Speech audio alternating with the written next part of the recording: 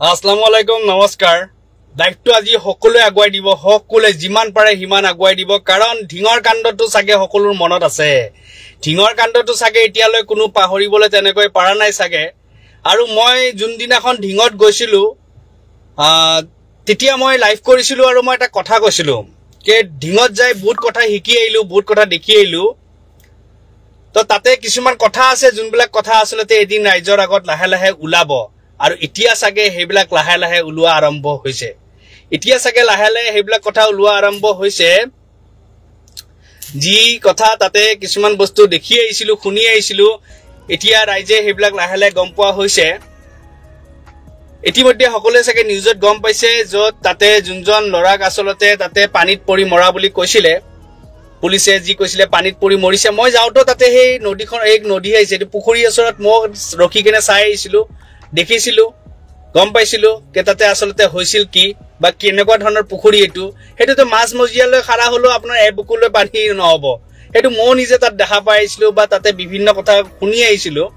এতিয়া লাহে লাহে তেখেতসকলৰ পৰিয়ালৰ পৰা জি শুনিছো নিউজত গম পাইছো কে তেখেতসকলক এতিয়া বোলে দাবী ধমকি দিছে কেছ উঠাই লব কাৰণে এতিয়া তেখেতসকলক অফাৰ কৰিছে বোলে কিবা 50 লাখ টকা 2 বিঘা মাটি 5টাকে ঘৰ অফাৰ কৰিছে 50 কি কয় দালাল চক্ৰই কোনবা ডাঙৰ ডাঙৰ বিষয়াৰ কোনবা দালাল চক্ৰই সাগে কৰিছে এতিয়া কথাটো হৈ গল যদি হেজন লৰাই যদি ধৰ্ষণকাৰী আছিলে যদি তাকে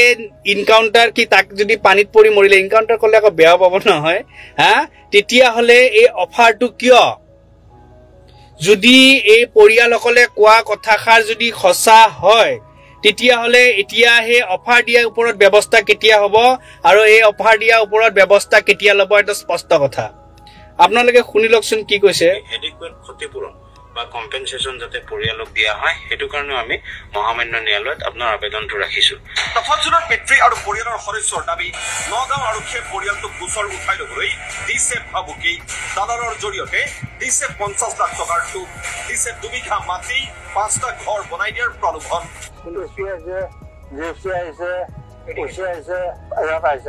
আমাক মাতি নিছে নিপেলাই কৈছে তোমালোকে কি এইটো ঘৰ হলে বাদ দিয়া কিমানটা হ'ব লাগে কেছটো উঠাই ল'ব লাগে 1 বিঘা মাটি দিব 50 লাখ টকা দিব আৰু 5টা ঘৰ দিব মই কিছু মোৰ ঘৰ নালাগে আপোনালোকে এতিয়া সকলোৱে শুনিলে নে কি দিছে অফাৰ 50 লাখ টকা অফাৰ দিছে 2 বিঘা মাটি দিছে 5টা ঘৰ দিছে কোনোবা কোনোবা বিষয়াৰ পৰিয়ালে নামবিলাক কৈছে এতিয়া হেই সকল বিষয়া কোন আসলতে হেই সকল বিষয়া কোন কিয় অফাৰ দিলে যদি হসাকে যদি ঢিংকাণ্ডত যদি হেইজন যাক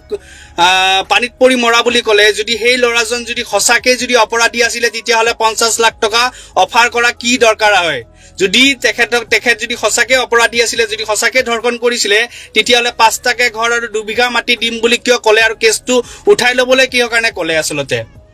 কিহৰ কাৰণে কলে এতিয়াতো ভাই ৰহস্য ফাদিল হবই লাগিব এতিয়াতো যদি এখিনি কথা যদি এই পৰিয়ালৰ কথা যি হসা একদম খুদাৰ কসম খাই কনে কৈছো ন খুদাৰ কসম খাই কৈছো ৰুবুল আহমেদ নাম হয় অন্তত এই ঘটনাটোত এৰি নিদিও যোনজনে এইবিলাকত জড়িত আছে যিমান হেভি পাৰ্টি হক যিমান ডাঙৰ বিষয়া হক যিমান খিনিলৈ তেখেতসকলৰ মানে যিমান দালাল চক্ৰ যিমান পাৱাৰফুল হক কৈছো ন পুৰা একদম জোৰদাৰকে লাগিম ইনশাআল্লাহ এটো জোৰদাৰকে লাগিম কাৰণ ঢিং কাণ্ডটোৱে আমাক বহুত অশান্তি কৰিলেতো বহুত অশান্তি কৰিলে যদি লৰাজন দুখী হয় আৰু লৰাজন পানীত পৰি মৰিছে তেতিয়ালে কেছ উঠাই লবলৈ প্ৰেছাৰাইজ কৰিছে কিয় ফ্যামিলিটো কিয় কৈছে 50 লাখ টকাকে অফাৰ দিব কিয় কৈছে 2 বিঘা মাটি দিব কিয় কৈছে ঘৰ 5টাকে দিব যদি হসাকে লৰাটো অপৰাধী হয় যদি অপৰাধী আজি মৃত্যু বহন কৰিছে কিন্তু যদি অপৰাধী হৈ কিনো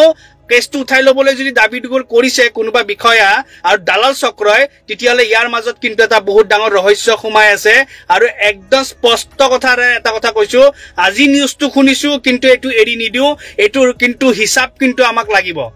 এনেকৈ কাৰবাক যদি বিনা দুখত কুলে বোলে মাৰি দিছে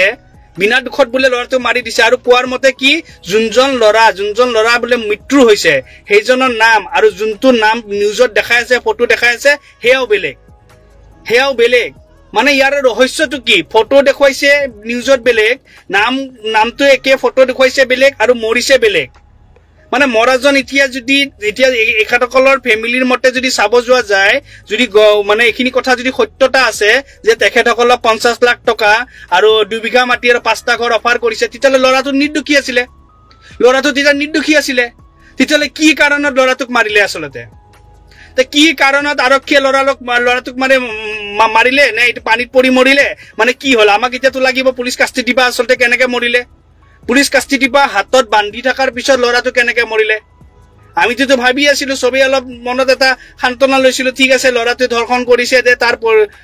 মানে তাৰ অৱস্থা এটো হবই লাগিছিলে হল কিন্তু আজি সন্দেহ নহয় আজি এতিয়া চিন্তা হৈছে যে যদি পৰিয়ালটো 50 লাখ টকা অফাৰ কৰিছে যদি তাক 2 বিঘা মাটি অফাৰ কৰিছে 5টা ঘৰ অফাৰ কৰিছে তেতিয়া লৰাটো সাকে নিৰ্দোষী আছিলে তেতিয়া নিৰ্দোষী লৰাটো কিয় তেনেকুৱা কৰা গল আৰু নিৰ্দোষী লৰাটো কিয় ফসুৱা গল নিৰ্দোষী লৰাটো কিয় মৰিবলগীয়া হল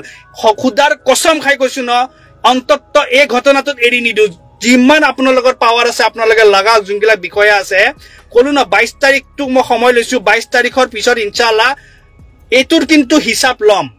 একদম স্পষ্ট ভাষাৰে কৈছো আইনী প্ৰকাৰেৰে কেনেকে যাব লাগে কি কৰিব লাগে ইনশাআল্লাহ কৈছো না এটো কিন্তু হিসাব লম এৰি নিদু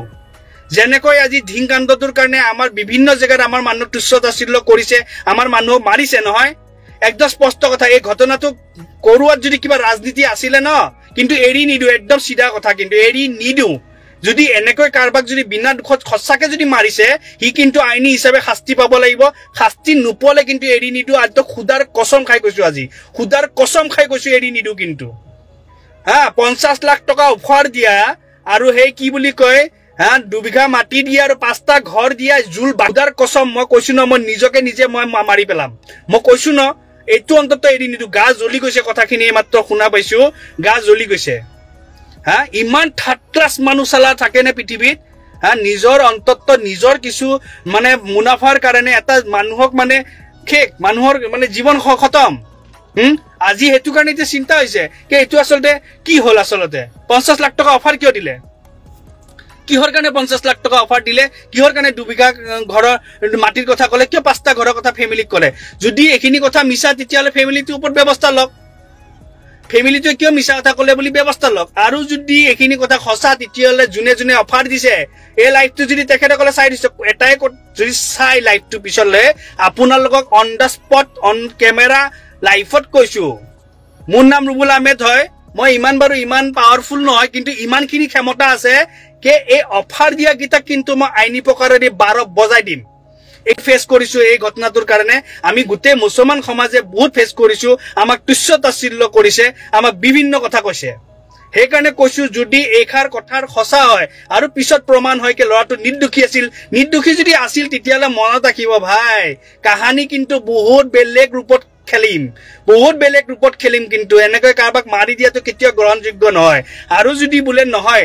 50 লাখ টকা দিছে আজি কি 2 বিঘা মাটি দিছে 5টা ঘৰ কিয় দিছে হে বস্তুটো জুন দালাল চক্ৰ বা জুন বিষয়ে কাবাৰ নাম কৈছে তো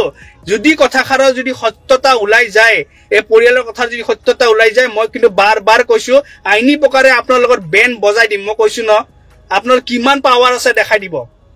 লাগিলে মই ৰানিং চৰকাৰৰে হক বা জেনেকৈ হক জোন লৈ যাব লাগে হয়তো ষ্টেট হয়তো সেন্ট্ৰেল ইনশাআল্লাহ এখিনি আল্লাহ অলপ দিছে ব্যাকগ্ৰাউণ্ড আৰু হে ব্যাকগ্ৰাউণ্ড লৈ কিনে কিন্তু মই কৈছো না মই হিলাই দিম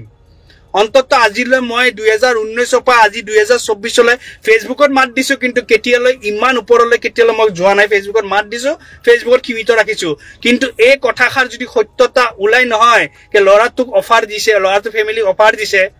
এই কথাখাৰ যদি সত্যতা ওলাই আৰু পিছলৈ যদি গম পাও যে লৰাটো মানে কোনো দুখী নাছিলে কিন্তু যি সকল জড়িত আছে কিন্তু এই সকলৰ কিন্তু মই কৈছো না হয়তো পলিটিক্যালি ওয়ে হয়তো আইনি ওয়ে এই দুটা ওয়ে দি কিন্তু বেন বজাই ৰাখি দিম কিন্তু আৰু 22 তাৰিখটো মই কৈ দিছো 22 তাৰিখ ইনশাআল্লাহ হক 22 তাৰিখটো কিবাকে পাৰ কৰো 22 তাৰিখটো যাক তাৰ পিছত মই ফিল্ডত নুমি আছো এবাৰ তাৰ পিছত ফিল্ডত নুমি কিনে এইটোৰ হিসাব হলে মানে কি লৰাটো নিৰ্দোষী আছিল নেকি আৰু যদি লৰাটো নিৰ্দোষী আছিল তেতিয়ালে তাৰ এনেকুৱা অৱস্থা হল কিয় আৰু তাক লৈ কিনে কিয় অসমত এনেকুৱা এটা লেতেৰা পৰিস্থিতি হল কিয় আৰু যদি দুখী কোনগিটা আছিলে যদি দুখী যদি আছিলে তে দুখী গিটা ক'ত আছে যদি দুখী লুকাই আছে তেতিয়ালে দুখী গিটা কিয় ইতালে বিচাৰা নাই